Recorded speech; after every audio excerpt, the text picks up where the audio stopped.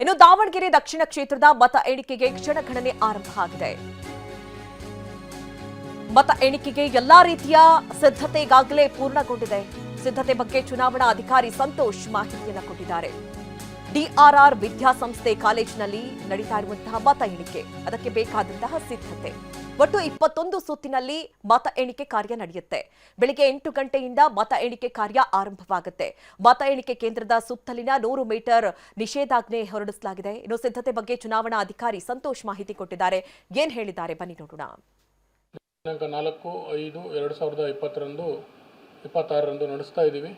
ಸರಿಯಾದ ಸಮಯ ಬಂದ್ಬಿಟ್ಟು ಬೆಳಗ್ಗೆ 8 ಗಂಟೆಗೆ.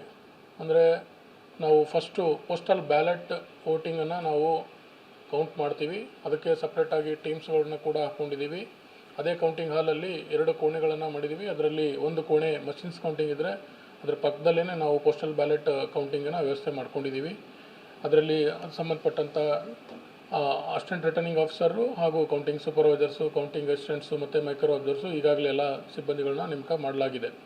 ಅದರ ಜೊತೆಗೆ ನಮಗೆ 14 ಟೇಬಲ್ಗಳನ್ನು ಮಾಡ್ಕೊಂಡಿದ್ದೀವಿ. ಅದರಲ್ಲಿ ಈ ಮೇನ್ EVM ಮಷಿನ್ಸ್ ಕೌಂಟಿಂಗ್ ಹಾಲ್ ಇದೆ, ಅಲ್ಲೆಲ್ಲೂ ಕೂಡ ಈಗ ಅರೇಂಜ್ಮೆಂಟ್ ಆಗಿದೆ.